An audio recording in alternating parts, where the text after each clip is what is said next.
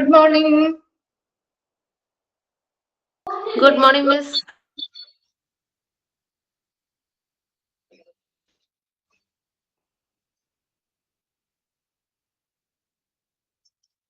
Okay, നമ്മൾ കഴിഞ്ഞ ക്ലാസ്സിൽ എവിടെ വരെ എടുത്ത് നിർത്തിയത്?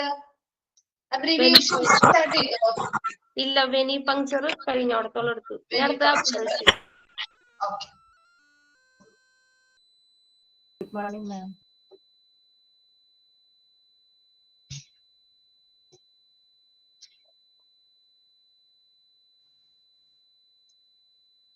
Okay, നമ്മള് മെഡിക്കൽ പ്രൊസീജിയേഴ്സ് ആൻഡ് ടെസ്റ്റുകൾ പറഞ്ഞിരുന്നു. അത് വായിച്ചു നോക്കിയായിരുന്നോ? ക്ലിയർ ആണോ അത്? എന്താണ് ഒരു ബ്ലഡ് സ്വാബ് എന്ന് പറഞ്ഞ?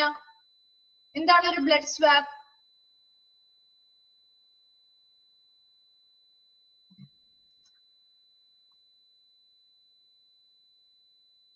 എന്താണ് ഒരു ബ്ലഡ് സ്വാബ്?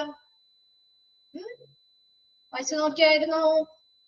ഒരു കോട്ടൺ ഡിപ്പഡ് ആയിട്ടുള്ള സ്റ്റിക്ക് ഉപയോഗിച്ച് നമ്മള് ബ്ലഡിന്റെ സാമ്പിൾ കളക്ട് ചെയ്യുന്നതിനെയാണ് അല്ലെ കോട്ടൺ സ്വാബ് ഉപയോഗിച്ച് ബ്ലഡിന്റെ സാമ്പിൾ കളക്ട് ചെയ്യാം. ശരി.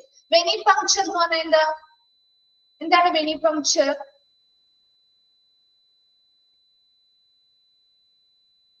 എന്താണ് വെനി പങ്ക്ചർ?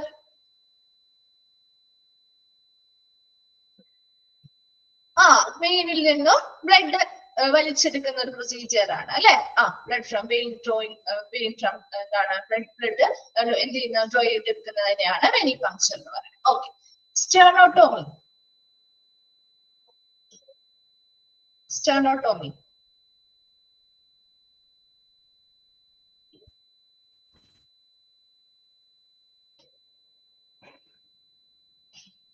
എന്താണ് sternotomy? Surgical opening of the breast bone അല്ലെ, അല്ലെങ്കിൽ സ്റ്റേർണം എന്ന് പറയാം. Surgical opening of the breast bone. Okay. Thoracotomy ഇതൊക്കെ ചോദിക്കാനുള്ളതാണ് കേട്ടോ, അപ്പൊ മാറിപ്പോകരുതേ. തൊറാക്കോട്ടോമി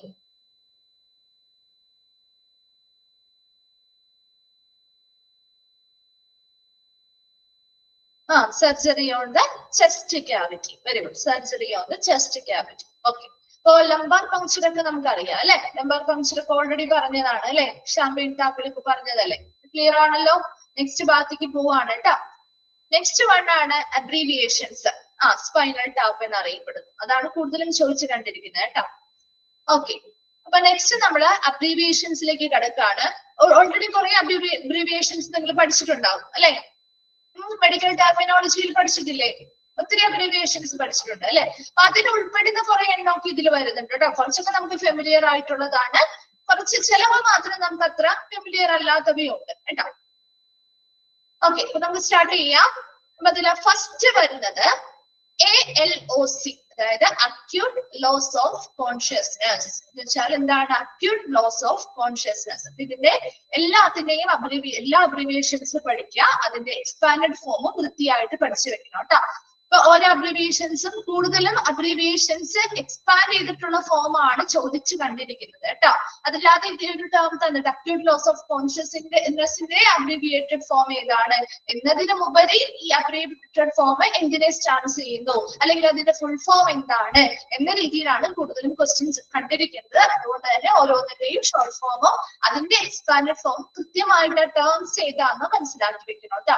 ചെറിയ വലിയ വ്യത്യാസങ്ങളൊക്കെ ഓപ്ഷനിൽ ഉണ്ടാവുള്ളൂ. അത് അതിനനുസരിച്ച് സെലക്ട് ചെയ്യാനായിട്ട് കണ്ടുപിടിക്കാനായിട്ട് മനസ്സിലാക്കിയിരിക്കണം. ഓക്കെ. അപ്പോ അക്യൂട്ട് ലോസ് ഓഫ് കോൺഷ്യസ്നെസ് അല്ലെങ്കിൽ ALOC അല്ലെങ്കിൽ ALOC എന്ന് പറഞ്ഞാൽ അക്യൂട്ട് ലോസ് ഓഫ് കോൺഷ്യസ്നെസ് ആണ്. എന്ന് വെച്ചാൽ എന്താണ്? ഫെയിലിംഗ് അല്ലെങ്കിൽ ഒരു ടെമ്പററി ആയിട്ട് ലോസ് ഓഫ് അവയർനെസ്, നമ്മുടെ ആ ഒരു ബോധം അല്ലെ, ബോധക്ഷയം എന്നൊക്കെ നമുക്ക് മലയാളത്തിൽ പറയാം അല്ലെ. പെട്ടെന്നുണ്ടാകുന്ന എന്തെങ്കിലും കാരണങ്ങളാണ്. ഇപ്പൊ ചിലപ്പോ BP പ്രഷർ, ബ്ലഡ് പ്രഷർ കുറഞ്ഞത് മൂലമാവാം, അല്ലെങ്കിൽ നമ്മുടെ ഷുഗർ ലെവല് കുറഞ്ഞത് മൂലമാവാം, അല്ലെങ്കിൽ എന്താ ഡ്രഗിന്റെ ഓവർഡോസ് ആയതുകൊണ്ടോ ഡീഹൈഡ്രേഷനുമായി ബന്ധപ്പെട്ടോ അല്ലെങ്കിൽ എന്തെങ്കിലും പോയിസണിങ്ങുമായി ബന്ധപ്പെട്ടോ ഒക്കെ പെട്ടെന്നുണ്ടാവുന്ന ആ ഒരു അബോധാവസ്ഥയിൽ ഉണ്ടായിരുന്ന ആള് എന്താണ്, അല്ലെങ്കിൽ ബോധാവസ്ഥയിൽ ഉണ്ടായിരുന്ന ആൾ അബോധാവസ്ഥയിലാവുന്ന അല്ലെങ്കിൽ അൺകോൺഷ്യസ് ആവുന്ന ഒരു കണ്ടീഷനെയാണ് നമ്മൾ അക്യൂട്ട് ലോസ് ഓഫ് കോൺഷ്യസ്നെസ് എന്ന് പറയുന്നത്. അപ്പൊ പെട്ടെന്നുണ്ടാവുന്ന എന്തെങ്കിലും സാഹചര്യങ്ങളാവാം.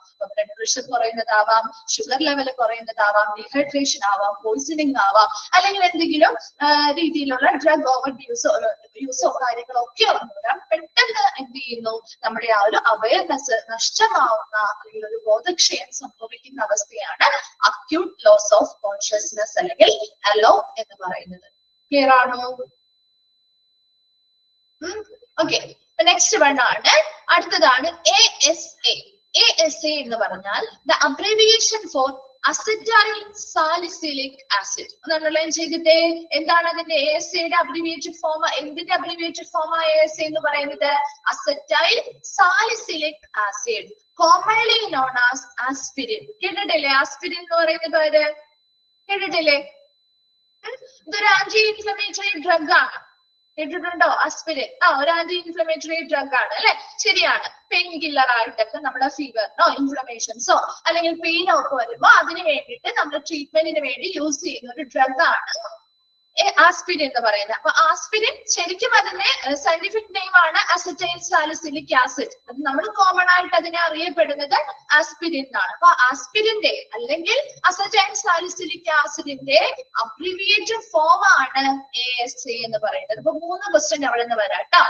ASA അല്ലെങ്കിൽ അസറ്റൈൽ സാലിസിലിക് ആസിഡിന്റെ അബ്രിവിയേറ്റഡ് ഫോം ഏതാണ് എന്ന് ചോദിക്കാം. പെട്ടെന്ന് നമുക്ക് കണ്ടെത്താൻ ബുദ്ധിമുട്ടായിട്ട് അത് ചോദിക്കാം. അല്ലാതെ തിരിച്ചു ചോദിക്കാം, ഈ ASAയുടെ അബ്രീവിയേറ്റഡ് ഫുൾ ഫോം എന്താണ് എന്ന് ചോദിക്കാം. അസറ്റൈൽ സാലിസിലിക് ആസിഡ് അല്ല എങ്കിൽ ചോദിക്കാവുന്ന ഒരു ക്വസ്റ്റ്യൻ ആണ്, അസറ്റൈൽ സാലിസിലിക് ആസിഡിനെ നമ്മൾ കോമൺ ആയിട്ട് അറിയപ്പെടുന്ന പേര് ഏത് എന്ന് ചോദിക്കാം. എന്താണ് അതിന്റെ പേര്? ആസ്പിരിൻ അല്ലെ? അപ്പൊ അങ്ങനെ ഒരു 3 ക്വസ്റ്റ്യൻ അതിൽ നിന്ന് തന്നെ വരാൻ സാധ്യതയുണ്ട് കേട്ടോ. അപ്പൊ ആസ്പിരിൻ എന്ന് പറഞ്ഞാൽ നമ്മൾ കോമൺ ആയിട്ട് പറയുന്ന പേരാണ്. ശരിക്കും അതിന്റെ പേര് അസറ്റൈൽ സാലിസിലിക് ആസിഡ് ആണ്. അതിന്റെ അബ്രീവിയേറ്റഡ് ഫോം ASA ആണ് എന്ന് മനസ്സിലാക്കി വെക്കാം. അപ്പൊ 2 നമ്മൾ പറഞ്ഞു, അലോപ്പും പറഞ്ഞു, ASAയും പറഞ്ഞു. ഓക്കെ, തേർഡ് വൺ ആണ് BMI. ഇതറിയാലോ നിങ്ങൾക്ക് അല്ലെ? പഠിച്ചിട്ടുള്ളത് അല്ലെ? ബോഡി മാസ് ഇൻഡെക്സ് അല്ലെ? ഓൾറെഡി അറിയാവുന്ന കാര്യമാണ് അല്ലെ? Body mass index, a measure of body fat based on height and weight. നമ്മുടെ ഹൈറ്റിനെയും വെയിറ്റിനെയും ബേസ് ചെയ്ത് നമ്മുടെ ബോഡിയിലെ ഫാറ്റിനെ എത്രത്തോളം ഫാറ്റ് ഉണ്ട് എന്ന് മെഷർ ചെയ്യുന്ന ഒരു മെഷർമെന്റ് ആണ് ശരിക്കും ബോഡി മാസ് ഇൻഡെക്സ് അല്ലെങ്കിൽ BMI എന്ന് പറയുന്നത്. ഇത് ഓൾറെഡി നിങ്ങൾക്ക് അറിയുന്നതായിരിക്കും. അടുത്തത് നിങ്ങൾക്ക് അറിയാവുന്നതാണ് BP അല്ലെ? Blood pressure. നമ്മൾ യൂസ് ചെയ്യാറുള്ള BP നമ്മൾ എഴുതാറുണ്ട് അല്ലെ? അല്ലെങ്കിൽ യൂസ് ചെയ്യാറുള്ളതാണ് അല്ലെ? Blood pressure. BLS. എന്താണ് BLS? ഇത് പഠിച്ചിട്ടില്ലേ? ബേസിക് ലൈഫ് സപ്പോർട്ട് പഠിച്ചിട്ടില്ലേ? BLS basic life support. Okay, basic life support include CPR and removal of foreign body airway obstruction. അതായത് ബേസിക് ലൈഫ് സപ്പോർട്ട് എന്ന് പറഞ്ഞാൽ ശരിക്കും എന്താ? ഒരു set of life saving procedures ആണ് അല്ലെ? അവിടെ വരുന്ന ഒരു എമർജൻസി സിറ്റുവേഷൻ വന്നാൽ അതിനുള്ള ട്രീറ്റ്മെന്റുമായി ബന്ധപ്പെട്ട് അവരുടെ ലൈഫ് എങ്ങനെ നമുക്ക് പെട്ടെന്ന് സേവ് ചെയ്യാൻ പറ്റും, അതിന് എന്തൊക്കെ പ്രൊസീജിയേഴ്സ് നമുക്ക് ചെയ്യണം, അതാണ് ശരിക്കും ബേസിക് ലൈഫ് സപ്പോർട്ട് എന്നതുകൊണ്ട് ഉദ്ദേശിക്കുന്നത്. അതിൽ CPR ഉൾപ്പെടുന്നുണ്ട് അല്ലെ?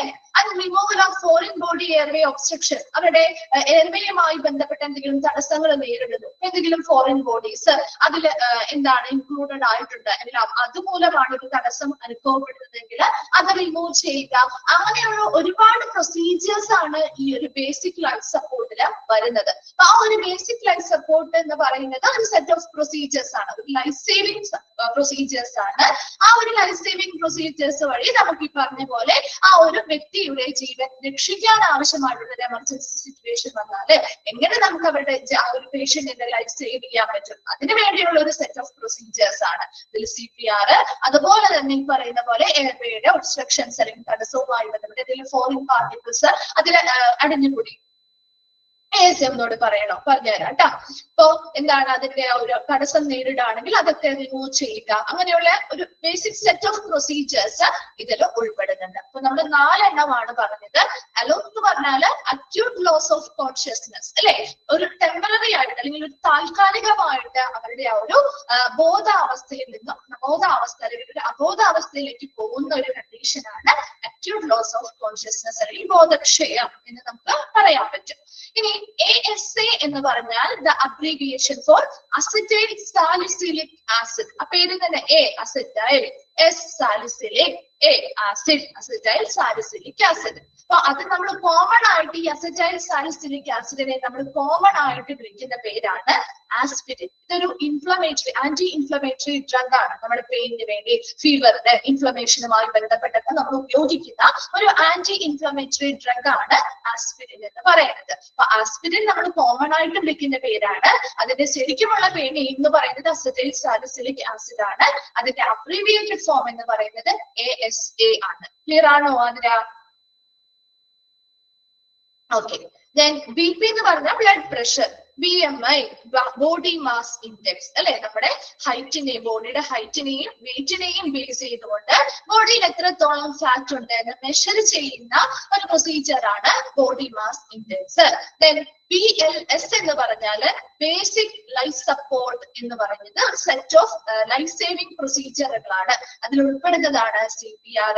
അതുപോലെ തന്നെ ഇവയുമായി ബന്ധപ്പെട്ട് എന്തെങ്കിലും ഫോറിൻ പാർട്ടിക്കിൾസ് കടന്നിട്ടുണ്ടെങ്കിൽ അതൊക്കെ റിമൂവ് ചെയ്യുക.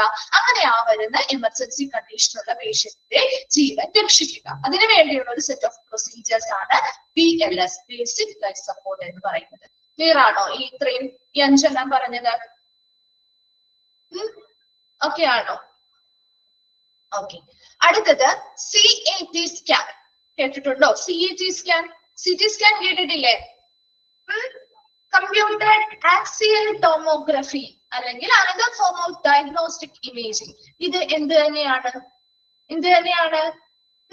Also known as CT scan എന്ന് നമ്മൾ അറിയപ്പെടുന്നതിന്റെ തന്നെ പേരാണ് കേട്ടോ. CAT എന്ന് പറഞ്ഞാലും CT സ്കാൻ എന്ന് പറഞ്ഞാലും രണ്ടും ഒന്ന് തന്നെയാണ്. കമ്പ്യൂട്ടറൈസ്ഡ് ആക്സിയൽ ടോമോഗ്രഫി അല്ലെങ്കിൽ കമ്പ്യൂട്ടറൈസ്ഡ് ആക്സിയൽ ടോമോഗ്രഫി എന്ന് പറഞ്ഞാലും CT സ്കാൻ എന്ന് പറഞ്ഞാലും CAT എന്നൊക്കെ പറഞ്ഞാലും ഒന്ന് തന്നെയാണെന്ന് മനസ്സിലാക്കി വെക്കാം കേട്ടോ. അപ്പൊ it's another form of diagnostic imaging അല്ലെ. ഇമേജിംഗ് ടെക്നോളജി ഉപയോഗിച്ചുകൊണ്ട് രോഗനിർണയം നടത്തുന്ന ഒരു പ്രൊസീജിയർ ആണ് CAT scan, computerised axial tomography. അല്ലെങ്കിൽ നമ്മുടെ CT സ്കാനും ഇത് തന്നെയാണ് കേട്ടോ. അടുത്തത് CHF. എന്താണ് CHF? കൺജസ്റ്റീവ് ഹാർട്ട് ഫെയിലിയർ എന്ന് വെച്ചാൽ എന്താണ്? ഇതൊരു ക്രോണിക് കണ്ടീഷൻ ആണ്. നമ്മുടെ സാധാരണ നമ്മുടെ ഹാർട്ട് പമ്പ് ചെയ്യുന്ന ബ്ലഡ് പമ്പ് ചെയ്യാറുണ്ട് അല്ലെ. ഇവിടെ ഇതൊരു ക്രോണിക് കണ്ടീഷൻ ആണ്, ഇത് കൺജസ്റ്റീവ് ഹാർട്ട് ഫെയിലിയർ എന്ന് പറയുന്നത്. ഈ സമയത്ത് നമ്മുടെ ഹാർട്ടിനെ നല്ല രീതിയിൽ ബ്ലഡ് പമ്പ് ചെയ്യാനായിട്ട് പറ്റാത്തൊരു ക്രോണിക് കണ്ടീഷൻ ആണ് കൺജസ്റ്റീവ് ഹാർട്ട് ഫെയിലിയർ. അപ്പൊ സാധാരണ ഒരു ഹാർട്ട് എങ്ങനെയാണോ ബ്ലഡ് പമ്പ് ചെയ്യുന്നത് അതേ രീതിയിൽ ഹാർട്ടിന് പമ്പ് ചെയ്യാൻ പറ്റുന്നില്ല. ഇതൊരു ക്രോണിക് കണ്ടീഷനെ സൂചിപ്പിക്കുന്നതാണ് കൺജസ്റ്റീവ് ഹാർട്ട് ഫെയിലിയർ. അതായത് അത്രയും സിവിയർ ആയിട്ട് സീരിയസ് ആയിട്ടുള്ള ഒരു കണ്ടീഷൻ ആണ്. ഹാർട്ടിന് യാതൊരു രീതിയിലും അത് പല റീസൺസ് ഉണ്ടാകും. പല കാരണങ്ങൾ കൊണ്ടും ഹാർട്ടിന് നല്ല രീതിയിൽ ബ്ലഡ് പമ്പ് ചെയ്യാനായിട്ട് പറ്റാതെ വരുന്ന ഒരു അവസ്ഥയാണ്. അത്രയും ഉള്ള ഒരു ക്രോണിക് കണ്ടീഷൻ ആണ് കൺജസ്റ്റീവ് ഹാർട്ട് ഫെയിലിയർ അല്ലെങ്കിൽ CHF എന്ന് പറയുന്നത്. അടുത്തത് CPR. ഇതറിയാലോ അല്ലെ? CPR അറിയില്ലേ? ഓക്കെ. Cardio pulmonary resuscitation. ഈ എക്സ്പാൻഡ് ഫോമും അറിയാമായിരിക്കും അല്ലെ.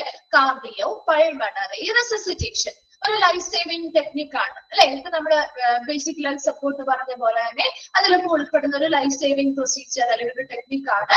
That's also called mouth to mouth resuscitation. ഇതിനെ അറിയപ്പെടുന്ന മറ്റൊരു പേരാണ് മൗത്ത് ടു മൗത്ത് റെസസിറ്റേഷൻ. എന്തുകൊണ്ടാണ് അത് മൗത്ത് ടു മൗത്ത് റെസസിറ്റേഷൻ എന്ന് പറയുന്നത്? CPR ചെയ്യുന്നത് കണ്ടിട്ടില്ലേ?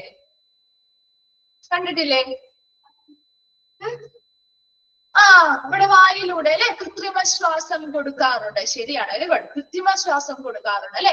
അത് മൗത്ത് ടു മൗത്ത് ആണ് നമ്മൾ കൊടുക്കുന്നത് അല്ലെ. അതുകൊണ്ടാണ് ഇവിടെ മൗത്ത് ടു മൗത്ത് റെസസിറ്റേഷൻ എന്ന് കൂടി ഇതിനെ അറിയപ്പെടുന്നത്. അപ്പൊ 2 പേരുകൾ പഠിക്കണം കേട്ടോ. CPR എന്ന് പറഞ്ഞാൽ കാർഡിയോ പൾമണറി റെസസിറ്റേഷൻ. ഈ ഒരു കാർഡിയോ പൾമണറി റെസസിറ്റേഷനെ നമ്മൾ അറിയപ്പെടുന്ന മറ്റൊരു പേരാണ് മൗത്ത് ടു മൗത്ത് റെസസിറ്റേഷൻ എന്ന് പറയുന്നത്. അത് രണ്ടും ഒന്ന് നോക്കി വെക്കണം കേട്ടോ. CPR എക്സ്പാൻഡ് ഫോം അറിയാമായിരിക്കും. അപ്പൊ ഈ ഒരു പേരും കൂടി അതിനെ അറിയപ്പെടുന്നുണ്ട് എന്നൊന്ന് മനസ്സിലാക്കി വെക്കണേ. അടുത്തതാണ് DNR. DNR എന്ന് പറഞ്ഞാൽ ഡു നോട്ട് റെസസിറ്റേറ്റ് എന്ന് വെച്ചാൽ a medical order indicating providers should not perform CPR or other life saving measures on a patient. അതായത് അപ്പൊ ഇവിടെ ഒരു മെഡിക്കൽ ഓർഡർ ആണ്, ഡു നോട്ട് റെസിസിറ്റേഷൻ എന്ന് വെച്ചാൽ എന്താ, റെസിസിറ്റേഷൻ കൊടുക്കാൻ പാടില്ല അല്ലെ, അതല്ലേ ഉദ്ദേശിക്കുന്നത്. CPR നമ്മൾ കൊടുക്കാറുണ്ട് അല്ലെ, അങ്ങനെ കൊടുക്കാൻ പാടില്ല എന്നാണ് ഇവിടെ ഡു നോട്ട് റെസിസിറ്റേറ്റ്, ഈ medical order that indicating providers should not perform CPR. അതായത് ഒരു പേഷ്യന്റിന് അവരുടെ ഹെൽത്ത് റിലേറ്റഡ് പല കണ്ടീഷൻസിനെയും മാനിച്ചുകൊണ്ട് ഡോക്ടേഴ്സ് പറയുന്ന ഒരു മെഡിക്കൽ ഓർഡർ ആണ്. ആരോടാണ് ഇത് പ്രൊവൈഡ് ചെയ്യുന്ന ആളുകളോട്, ലൈഫ് സപ്പോർട്ട് പ്രൊവൈഡ് ചെയ്യുന്ന ആളുകളോട് മെഡിക്കൽ ഓർഡർ കൊടുക്കുകയാണ് എന്ത്, CPR അല്ലെങ്കിൽ മറ്റെന്തെങ്കിലും ലൈഫ് സേവിംഗ് ആയിട്ടുള്ള മെഷേഴ്സോ കാര്യങ്ങളോ ഇവർക്ക് നൽകരുത് എന്ന് പറയുന്ന ഒരു മെഡിക്കൽ ഓർഡർ ആണ് DNR അല്ലെങ്കിൽ ഡു നോട്ട് റെസിസിറ്റേറ്റ് എന്ന് പറയുന്നത്. ക്ലിയർ ആണോ? ഇനി അടുത്തതാണ് DOA. DOA എന്താ, ഡെഡ് ഓൺ അറൈവൽ. കേട്ടിട്ടുണ്ടോ അത്? ഡെഡ് ഓൺ അറൈവൽ കേട്ടിട്ടില്ലേ? നമ്മുടെ മിക്ക രോഗികളെയും മിക്ക പേപ്പറിലാണെങ്കിലും അല്ലാതെ നമ്മൾ പറയാറുണ്ട് അല്ലെ, ഇത് നമ്മളിപ്പോ എന്തെങ്കിലും ഒരു എമർജൻസി സിറ്റുവേഷൻ ഒക്കെ ആയിട്ട് നമ്മൾ ഹോസ്പിറ്റലിലേക്ക് പോകുന്ന മധ്യേ മരിച്ചു അല്ലെ, മരണം സംഭവിച്ചു എന്നൊക്കെ പറയാറുണ്ട് അല്ലെ. അതായത് ആ ഹോസ്പിറ്റലിൽ എത്തിയിട്ടില്ല, അവര് പോകുന്ന വഴി തന്നെ അവര് മരണപ്പെട്ടു, അതാണ് ഡെഡ് ഓൺ അറൈവൽ. അപ്പൊ അവിടെ ചെന്നപ്പോ ഓൾറെഡി എന്താണ്, മരിച്ചിട്ടുണ്ട് അല്ലെ, അതാണ് അവർ ഉദ്ദേശിക്കുന്നത് കേട്ടോ. ഡെഡ് ഓൺ അറൈവൽ, വന്ന വഴിക്ക് തന്നെ അവർ മരിച്ചിട്ടുണ്ട്. അപ്പൊ അവിടെ എത്തുമ്പോഴേക്കും ആ ഒരു ഏത് സ്ഥാപനത്തിലാണോ അവിടെ എത്തുമ്പോഴേക്കും അവർ എന്ത് ചെയ്തിട്ടുണ്ട്, മരണം സംഭവിച്ചിട്ടുണ്ട്. അതാണ് DOA, dead on arrival. Then ED or ER എന്താണ്, emergency department or emergency room. ഇതൊക്കെ അറിയാലോ അല്ലെ, എമർജൻസി ഡിപ്പാർട്ട്മെന്റ് അല്ലെങ്കിൽ എമർജൻസി റൂം. Then EEG എന്താണ്, EEG എക്സ്പാൻഡ് ഫോം, EEG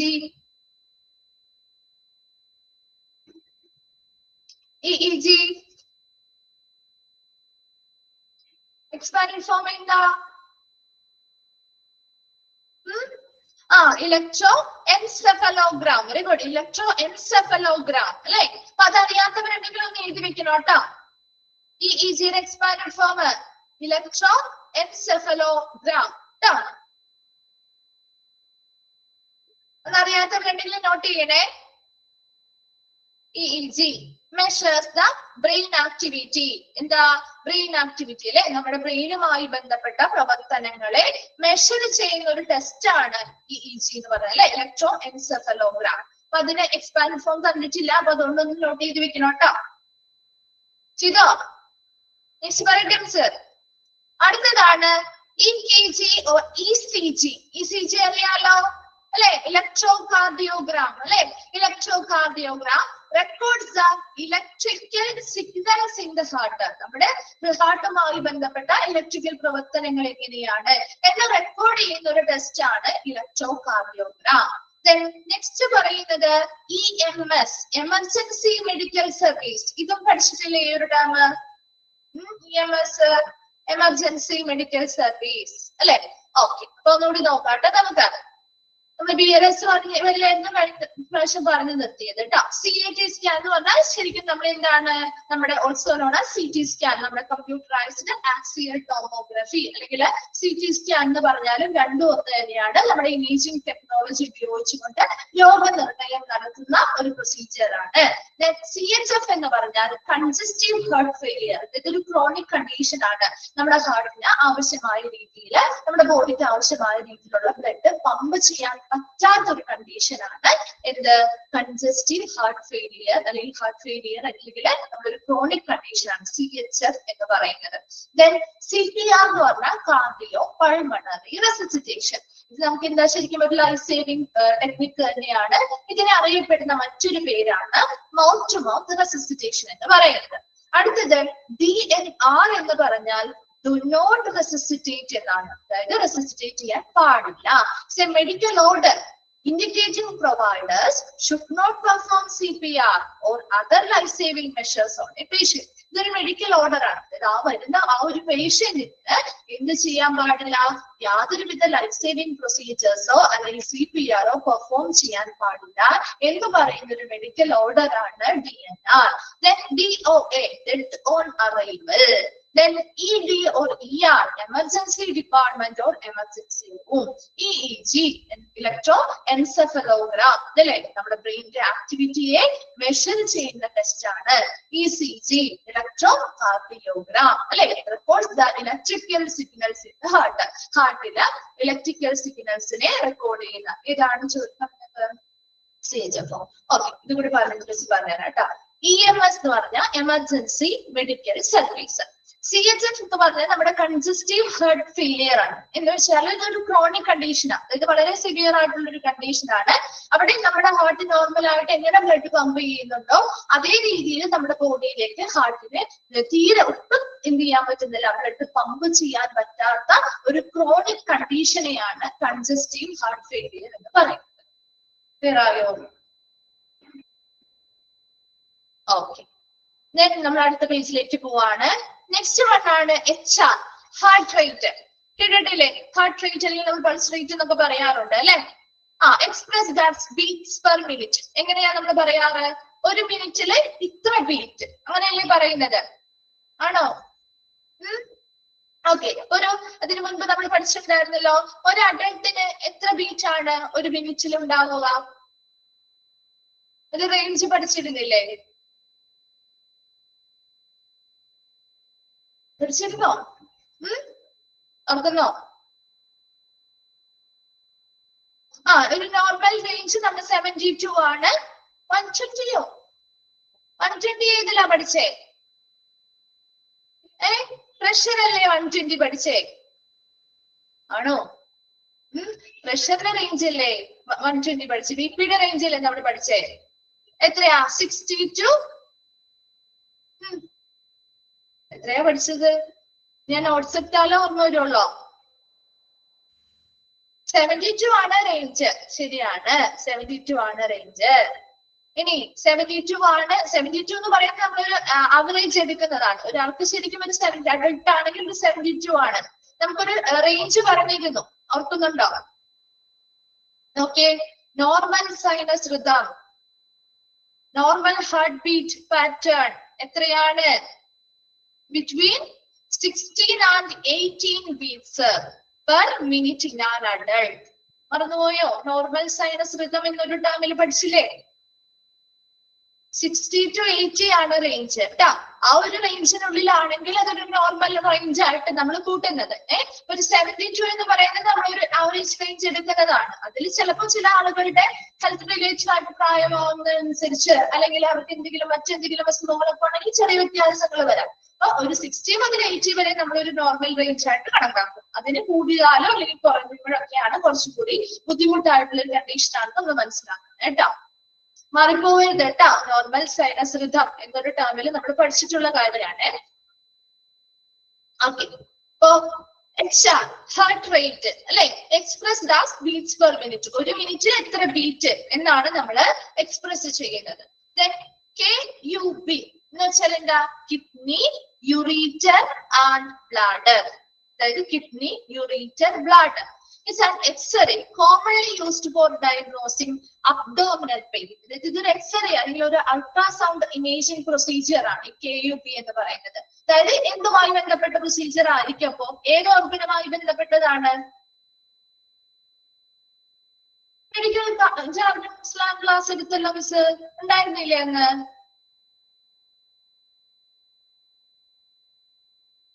ലീവായിരുന്നു, അന്നത്തെ ദിവസം ക്ലാസ് അറ്റൻഡ് ചെയ്തിട്ടില്ല. ഓക്കെ, റെക്കോർഡ് ക്ലാസ് അവൈലബിൾ ആയിരിക്കും കേട്ടോ, അത് കാണണം കേട്ടോ.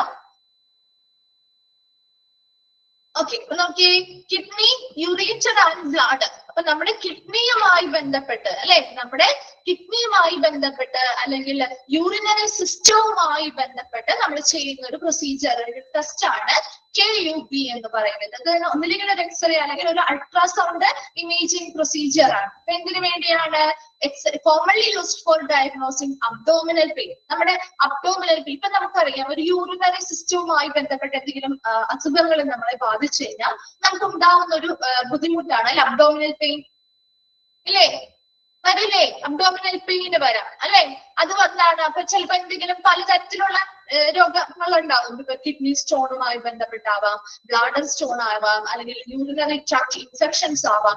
അങ്ങനെ എന്തെങ്കിലും കാരണങ്ങൾ ഉണ്ടോ എന്ന് നമ്മുടെ അബ്ഡോമിനൽ പെയിനുമായി ബന്ധപ്പെട്ട് ഇങ്ങനെയുള്ള റീസൺസ് ആണോ ഉള്ളത്, അതുകൊണ്ടാണോ ഈ അബ്ഡോമിനൽ പെയിൻ വന്നിരിക്കുന്നത് എന്ന് മനസ്സിലാക്കാൻ വേണ്ടി അല്ലെങ്കിൽ രോഗനിർണയം നടത്താൻ വേണ്ടി കോമൺ ആയിട്ട് യൂസ് ചെയ്യുന്ന ഒരു എക്സ്റേ അല്ലെങ്കിൽ ഒരു അൾട്രാസൗണ്ട് ഇമേജിംഗ് പ്രൊസീജിയർ ആണ് KUB, അതായത് കിഡ്നി യൂറിറ്റർ ബ്ലാഡർ. ഇതുമായി ബന്ധപ്പെട്ട ഒരു പരിശോധന. ക്ലിയർ ആണോ ഇത്? ഇനി LFT എന്ന് പറഞ്ഞാൽ liver function test. Liver function test നമ്മുടെ ഒരു സെറ്റ് ഓഫ് ടെസ്റ്റുകളാണ്, അല്ലെങ്കിൽ ഒരു ഗ്രൂപ്പ് ഓഫ് ബ്ലഡ് ടെസ്റ്റ് ആണ്. എന്തിനു വേണ്ടിയിട്ടുള്ള ടെസ്റ്റ് ആയിരിക്കും, അല്ലെങ്കിൽ എന്തിനെ കുറിച്ചുള്ള കാരണങ്ങൾ അറിയാനായിരിക്കും? നമ്മുടെ ലിവറിന്റെ ഫങ്ഷൻസ് അല്ലെ, ആരോഗ്യം എത്രത്തോളം ഉണ്ട്, പ്രവർത്തനങ്ങൾ എങ്ങനെയാണ് മുതലായ കാര്യങ്ങൾ അറിയാൻ വേണ്ടിയിട്ട് ഒരു ഗ്രൂപ്പ് ഓഫ് ബ്ലഡ് ടെസ്റ്റിനെയാണ് LFT അല്ലെങ്കിൽ ലിവർ ഫംഗ്ഷൻ ടെസ്റ്റ് എന്ന് പറയുന്നത്. ഓക്കെ, അടുത്തത് MRI. അതറിയാലോ, MRI magnetic resonance imaging. Magnetic resonance imaging, a form of diagnostic imaging that uses a large magnet and radio waves to view organs inside of the body. എന്നുവെച്ചാൽ എന്താ, നമ്മുടെ ഒരു already magnetic resonance imaging MRI പഠിച്ചിട്ടുണ്ടല്ലോ അല്ലെ? ഇതൊരു diagnostic imaging technique ആണ് അല്ലെ? നമ്മുടെ imaging technology ഉപയോഗിച്ചുകൊണ്ടുള്ള രോഗനിർണയം നടത്തുന്നതാണ്. യൂസസ് ഒരു ലാർജ് മാഗ്നറ്റ് ഉണ്ടായിരിക്കും, അതുപോലെ തന്നെ നമ്മൾ റേഡിയോ വേവ്സും യൂസ് ചെയ്തുകൊണ്ട് ഇൻസൈഡ് ദ ബോഡി, നമ്മുടെ ബോഡിയുടെ അകത്തുള്ള ആന്തരിക അവയവങ്ങളുടെ ചിത്രമെടുക്കാനായിട്ട് സഹായിക്കുന്ന ഒരു പ്രൊസീജിയർ ആണ് MRI അല്ലെങ്കിൽ മാഗ്നറ്റിക് റെസൊണൻസ് ഇമേജിംഗ് എന്ന് പറയുന്നത്. ദെൻ അടുത്തത് NICU. അതും പരിചയമുള്ളതല്ലേ? നിയോനേറ്റൽ ഇന്റൻസീവ് കെയർ യൂണിറ്റ് അല്ലെ? Neonatal intensive care unit, specialised unit for premature infants. എന്ന് വെച്ചാൽ എന്താണ് പ്രിമച്വർ ഇൻഫാൻസ്? എന്താണ് പ്രിമച്വർ ഇൻഫാൻസ് എന്ന് പറഞ്ഞ? മാസം തികയാതെ പ്രസവിച്ച കുട്ടികൾ അല്ലെ? മാസം തികയാതെ പ്രസവിച്ച ശിശുക്കൾ ഉണ്ടെങ്കിൽ അവർക്ക് വേണ്ടിയിട്ടുള്ള സ്പെഷ്യലൈസ്ഡ് യൂണിറ്റുകളാണ് നിയോനേറ്റൽ ഇന്റൻസീവ് കെയർ യൂണിറ്റുകൾ എന്ന് പറയുന്നത്. അപ്പൊ വേഗം ഒന്ന് അത്രയും വരെ ഒന്നുകൊണ്ട് നോക്കാം. HR എന്ന് പറഞ്ഞാൽ heart rate expressed as beats per minute. ഒരു മിനിറ്റിൽ എത്ര ബീറ്റ് അല്ലെ, അതാണ് നമ്മൾ അവിടെ മെഷർ ചെയ്യുന്നത്. അതുപോലെ KUB എന്ന് പറഞ്ഞാൽ കിഡ്നി, യൂറിറ്റർ ആൻഡ് ബ്ലാഡർ. അത് മൂന്നിനെയും കൂടി, ആ മൂന്നിന്റെയും ഷോർട്ട് വേർഡ്സ് ആണ് നമ്മുടെ ഷോർട്ട് ഫോം. കിഡ്നിയുടെ K, യൂറിറ്ററിന്റെ U, ബിയുടെ ബ്ലാഡർ, യൂറിനറി ബ്ലാഡറിന്റെ B. അതാണ് അവിടെ നമ്മൾ ഷോർട്ട് ചെയ്തിരിക്കുന്നത്. ഇതൊരു എക്സ്റേ അല്ലെങ്കിൽ ഒരു അൾട്രാസൗണ്ട് ഇമേജിംഗ് പ്രൊസീജിയർ ആണ്. കോമൺലി നമ്മുടെ അബ്ഡോമിനൽ പെയിനുമായി ബന്ധപ്പെട്ട രോഗനിർണയം നടത്താൻ വേണ്ടി, അതായത് യൂറിനറി സിസ്റ്റവുമായി ബന്ധപ്പെട്ട് എന്തെങ്കിലും കിഡ്നി സ്റ്റോൺസോ ബ്ലാഡർ സ്റ്റോൺസോ അല്ലെങ്കിൽ യൂറിനറി ട്രാക്ട് ഇൻഫെക്ഷൻസോ കാര്യങ്ങളോ ഉണ്ടോ എന്ന് രോഗനിർണയം നടത്താൻ വേണ്ടി ചെയ്യുന്ന ഒരു ടെസ്റ്റ് ആണ്. ഇനി LFT എന്ന് പറഞ്ഞാൽ ലിവർ ഫംഗ്ഷൻ ടെസ്റ്റ്. ഇതൊരു ഗ്രൂപ്പ് ഓഫ് ബ്ലഡ് ടെസ്റ്റുകളാണ്. നമ്മുടെ ലിവറിന്റെ ഹെൽത്ത് എത്രത്തോളം ഉണ്ട്, അതിന് എങ്ങനെ ഫംഗ്ഷനാലിറ്റി എത്രത്തോളം ഉണ്ട്, ഇതൊക്കെ കൃത്യമായിട്ട് നിർണ്ണയിക്കുന്നതിന് വേണ്ടി ചെയ്യുന്ന ഒരു ഗ്രൂപ്പ് ഓഫ് ബ്ലഡ് ടെസ്റ്റുകളെയാണ് ലിവർ ഫംഗ്ഷൻ ടെസ്റ്റ് എന്ന് പറയുന്നത്. MRI മാഗ്നറ്റിക് റെസൊണൻസ് ഇമേജിംഗ്, ഇതൊരു ഡയഗ്നോസ്റ്റിക് ഇമേജിംഗ് ടെക്നിക് ആണ്. അവിടെ ഒരു ലാർജ് മാഗ്നറ്റ് ഉണ്ടായിരിക്കും, റേഡിയോ വേവ്സും യൂസ് ചെയ്യുന്നതുകൊണ്ട് നമ്മുടെ ബോഡിയിലെ ആന്തരിക അവയവങ്ങളുടെ ചിത്രമെടുക്കാൻ സഹായിക്കുന്ന ഒരു പ്രൊസീജിയർ ആണ് MRI അല്ലെങ്കിൽ magnetic resonance imaging. Then NICU എന്ന് പറഞ്ഞാൽ neonatal intensive care unit, specialised unit for premature infants. അതായത് മാസം തികയാതെ പ്രസവിച്ച കുഞ്ഞുങ്ങൾക്ക് അല്ലെങ്കിൽ ശിശുക്കൾക്കുള്ള സ്പെഷ്യലൈസ്ഡ് കെയർ പ്രൊവൈഡ് ചെയ്യുന്ന ഒരു യൂണിറ്റ് ആണ് നിയോനേറ്റൽ ഇന്റൻസീവ് കെയർ യൂണിറ്റ് അല്ലെങ്കിൽ NICU. ക്ലിയർ ആണോ? ഇത്രയും ഓക്കെ ആണോ? ഇതാണ് ഒരു റിപ്ലൈ ഇല്ലാത്ത. ഓക്കെ, അടുത്തത് NSAID, non steroidal anti inflammatory drug, that is ibuprofen, aspirin, naproxen മുതലായിട്ടുള്ളവ. അതായത് നോൺ സ്റ്റിറോയിഡൽ, രണ്ട് ടൈപ്പ് മെഡിസിൻസ് ഉണ്ട്, സ്റ്റിറോയിഡൽ ഉണ്ട്, നോൺ സ്റ്റിറോയിഡൽ ഉണ്ട്. അപ്പൊ NSAID എന്ന് പറഞ്ഞാൽ non steroidal anti inflammatory drugs ആണ് ഇത് ഉൾപ്പെടുന്നതെന്നും ഉൾപ്പെടുന്ന അതിന്റെ എക്സാമ്പിളുകളാണ് കേട്ടോ പറയുന്നത്. Non steroidal anti inflammatory drug ആണ്. ഒരെണ്ണം നമ്മൾ ഓൾറെഡി പറഞ്ഞതാണ് ആസ്പിരിൻ അല്ലെ. രണ്ടാമത്തത് ഇബുപ്രോഫൻ, നാപ്രോക്സൻ മുതലായിട്ടുള്ളവ. അതാണ് നോൺ സ്റ്റിറോയിഡൽ ആന്റി ഇൻഫ്ലമേറ്ററി ഡ്രഗുകൾ. അതിന്റെ എക്സാമ്പിളുകൾ ഈ 3 നമുക്ക് പഠിച്ചു വെച്ചാൽ മതി. അടുത്തത് OR. ഇത് പരിചയമുള്ളതല്ലേ? ഓപ്പറേറ്റിംഗ് റൂം പഠിച്ചിട്ടില്ലേ? Operating room where surgeries are performed. Surgery നടക്കുന്ന ആ ഓപ്പറേറ്റിംഗ് റൂമിനെയാണ് നമ്മൾ OR എന്ന് പറയുന്നത്. OT എന്ന് പറഞ്ഞാൽ ഒക്യുപേഷണൽ തെറാപ്പി. വെച്ചാൽ എന്താ ഒരു ഒക്യുപേഷണൽ തെറാപ്പി? OT കേട്ടിട്ടുണ്ടോ? കേട്ടിട്ടുണ്ടോ? ഓക്കെ, എന്താണത് ഒക്യുപേഷണൽ തെറാപ്പി അല്ലെങ്കിൽ OT?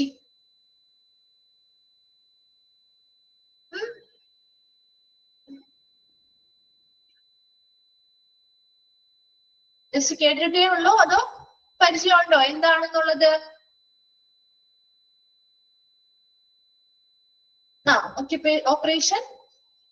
ഓപ്പറേഷൻ തിയേറ്റർ എന്നുള്ള OT എന്ന് പറഞ്ഞ ഓപ്പറേഷൻ തിയേറ്ററിൽ മാത്രമല്ല, ഇവിടെ ഒക്യുപേഷണൽ തെറാപ്പി എന്നുള്ള ഒരു മീനിങ് ആ വരുന്നത് കേട്ടോ.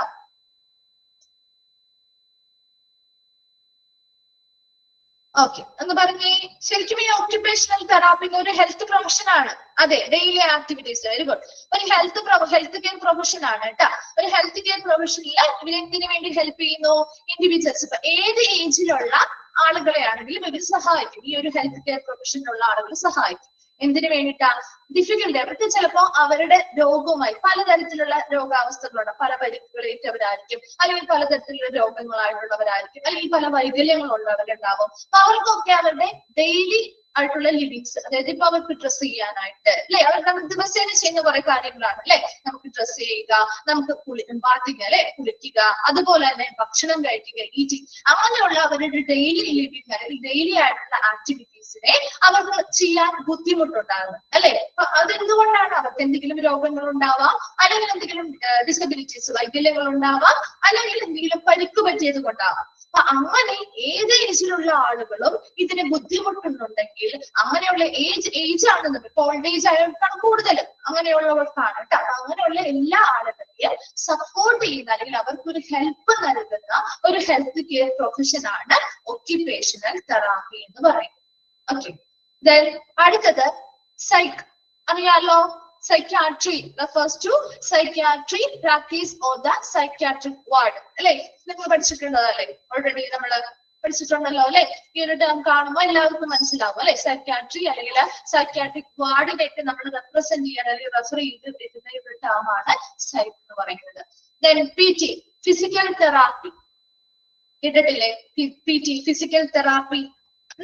Rehabilitative exercises used to rebuild strength and flexibility after injury. എന്തെങ്കിലും പരിക്കോ കാര്യങ്ങളോ ചെയ്ത് വന്നിട്ടുണ്ടെങ്കിൽ അതിനുശേഷം നമ്മൾ മരുന്നോ കാര്യങ്ങളോ കൊടുത്ത് അവരെ ആരോഗ്യപരമായിട്ടുള്ള മറ്റു കാര്യങ്ങളിൽ നിന്ന് ഓക്കെ ആക്കിയാൽ പോലും അവരുടെ ആ ഒരു ശരീരത്തിന്റെ ആ ഒരു സ്ട്രെങ്ത് അല്ലെ, ആ ഒരു ശക്തിയും അതുപോലെ തന്നെ ആ ഒരു ഫ്ലെക്സിബിലിറ്റിയും ഒക്കെ നമുക്ക് വീണ്ടെടുക്കാൻ വേണ്ടി റീബിൽഡ് ചെയ്യാൻ വേണ്ടിയിട്ട് നമ്മൾ കുറെ എക്സസൈസുകളിലൂടെ അവരെ എന്ത് ചെയ്യുന്നുണ്ട്?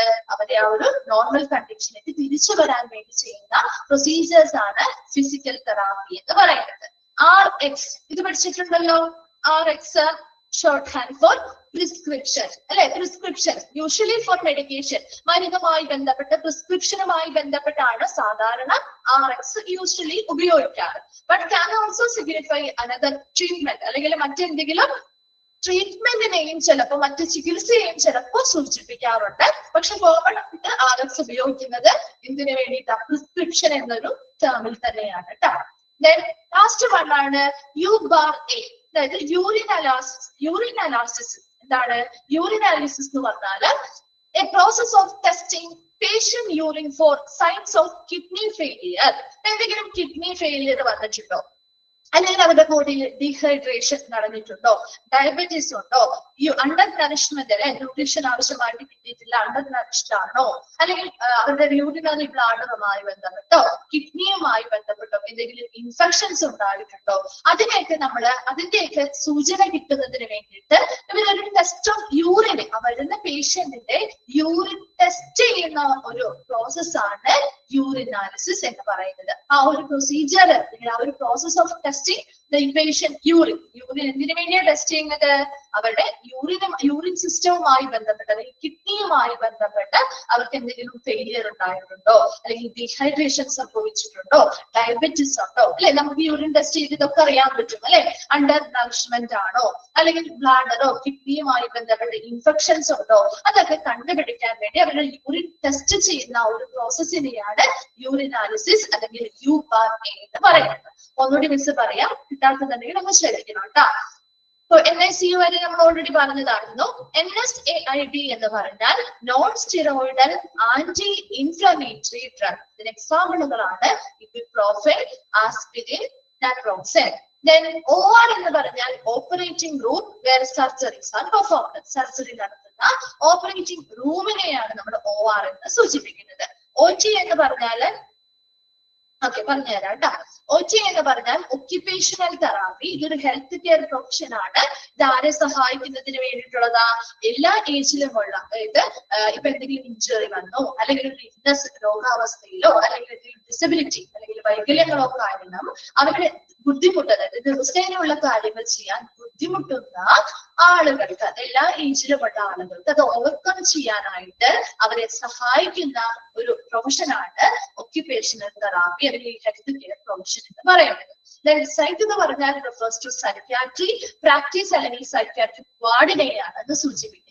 PT എന്ന് പറഞ്ഞാൽ physical therapy, rehabilitating exercises used to rebuild strength and flexibility after injury. ഒരു പരിക്കുമായി ബന്ധപ്പെട്ട അല്ലെങ്കിൽ ഇഞ്ചുറി വന്നതിന് ശേഷം അവർക്ക് മെഡിസിൻസ് കൊടുത്ത് അവരെ പൂർണ്ണമായിട്ടും ഭേദമാക്കിയാൽ പോലും അവരുടെ ആ ഒരു ബോഡിയുടെ സ്ട്രെങ്തും ഫ്ലെക്സിബിലിറ്റിയും ഒക്കെ തിരിച്ച് കൊണ്ടുവരാൻ വേണ്ടിയിട്ട് ചെയ്യുന്ന കുറച്ച് എക്സസൈസുകളുണ്ട്. ആ ഒരു പുനരുജ്ജീവനത്തിന് വേണ്ടിയുള്ള റീഹാബിലിറ്റേറ്റീവ് എക്സസൈസ് ഒക്കെയാണ് നമ്മൾ ഫിസിക്കൽ തെറാപ്പി എന്ന് പറയുന്നത്. RX എന്ന് പറഞ്ഞാൽ എന്തിന്റെ ഷോർട്ട് ഹാൻഡ് ആണ്, അല്ലെങ്കിൽ ഷോർട്ട് ഫോം ആയിട്ട് യൂസ് ചെയ്യുന്നത്? പ്രിസ്ക്രിപ്ഷൻ. യൂഷ്വലി ഫോർ മെഡിക്കേഷനുമായി ബന്ധപ്പെട്ടാണ് നമ്മൾ പ്രിസ്ക്രിപ്ഷൻസ് കൊടുക്കുന്നതെന്ന് പറയുന്നത്, അല്ലെ? അതുപോലെ അതിനു വേണ്ടിയാണ് സാധാരണയായി യൂസ് ചെയ്യാറ്. പക്ഷെ ഓൾസോ സിഗ്നിഫൈ അനദർ ട്രീറ്റ്മെന്റ്, മറ്റു ചികിത്സയും കൂടി ചില സമയത്ത് അത് സൂചിപ്പിക്കാറുണ്ട്. URA എന്ന് പറഞ്ഞാൽ യൂറിനാലിസിസ് എന്ന് വെച്ചാൽ ദ പ്രോസസ് ഓഫ് ടെസ്റ്റിംഗ് പേഷ്യൻസിന്റെ യൂറിൻ എന്ത് ചെയ്യുന്നു, ടെസ്റ്റ് ചെയ്യുന്ന ഒരു പ്രോസസ് ആണ്. ഫോർ സൈൻസ് ഓഫ് എന്തെങ്കിലും കിഡ്നി ഫെയിലിയറോ, ഡീഹൈഡ്രേഷനോ, ഡയബറ്റീസോ, അണ്ടർ നറിഷ്മെന്റോ, ബ്ലാഡർ കിഡ്നിയുമായി ബന്ധപ്പെട്ട ഇൻഫെക്ഷൻസോ കാര്യങ്ങളോ ഉണ്ടോ എന്ന് മനസ്സിലാക്കാൻ വേണ്ടി ചെയ്യുന്ന ഒരു പ്രോസസ് ഓഫ് ടെസ്റ്റിംഗ് ആണ് യൂറിനാലിസിസ്. വേഗം ഒന്ന് വായിച്ചു നോക്കിയേ, അബ്രീവിയേഷൻസ് വേഗം ഒന്ന് വായിച്ചു നോക്കിയേ. ഏതാണ് മിസ്സിനകത്ത് ഡൗട്ട് പറഞ്ഞുതരാം? IV പുഷും NS എന്ന് പറഞ്ഞു.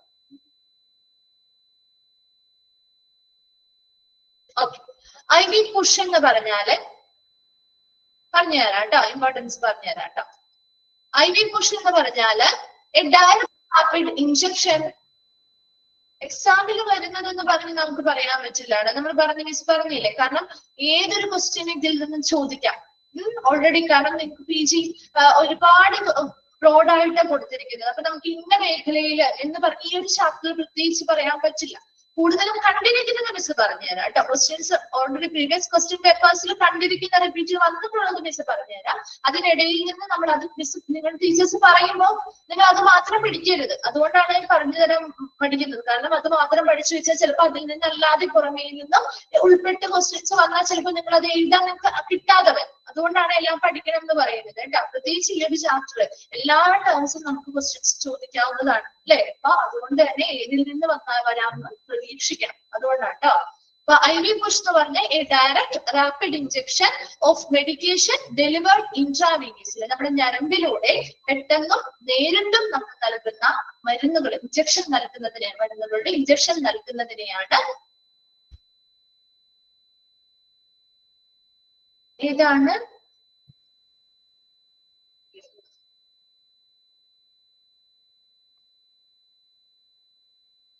പിന്നെ മനസ്സിലായില്ലല്ലോ മിസ്സിന്?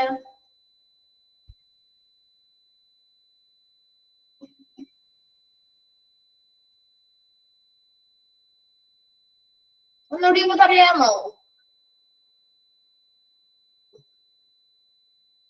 ഓക്കെ, ഇതൊന്ന് നോക്കിയേ. IV പുഷ് എന്ന് പറഞ്ഞാൽ എന്താ? ഒരു ഇൻട്രാവീനിയസ്ലി നമ്മുടെ ഞരമ്പിലൂടെ നേരിട്ടും വേഗത്തിലും നടത്തുന്ന ഒരു ഇഞ്ചക്ഷൻ, മരുന്നിന്റെ ഇഞ്ചക്ഷനെയാണ് IV പുഷ് എന്ന് പറയുന്നത്. NS എന്ന് പറഞ്ഞാൽ നോർമൽ സലൈൻ, അതായത് നമ്മുടെ ബോഡി പ്രൊഡ്യൂസ് ചെയ്യുന്നതിനോട് സമാനമായിട്ടുള്ള ഫ്ലൂയിഡ് അല്ലെങ്കിൽ സമാനമായിട്ടുള്ള സോൾട്ടും വാട്ടറും അടങ്ങിയിട്ടുള്ള, ഇത് ലവണങ്ങളും വാട്ടറും ഒക്കെ അടങ്ങിയിട്ടുള്ള ഒരു മിക്സ്ചറിനെയാണ് നോർമൽ സലൈൻ എന്ന് പറയുന്നത്. ഓക്കെ, ഇത് രണ്ടും ക്ലിയർ ആയോ?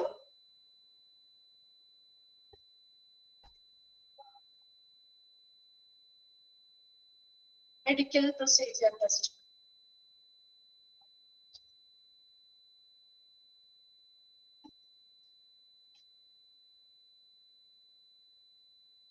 മെഡിക്കൽ പ്രൊസീജിയേഴ്സ് ആൻഡ് ടെസ്റ്റ് ആണ് പറയുന്നത്. ഇതാണ് മനസ്സിലാവുന്ന പറഞ്ഞുതരാൻ പറഞ്ഞേ. ഈ ഒരു ഭാഗമാണോ?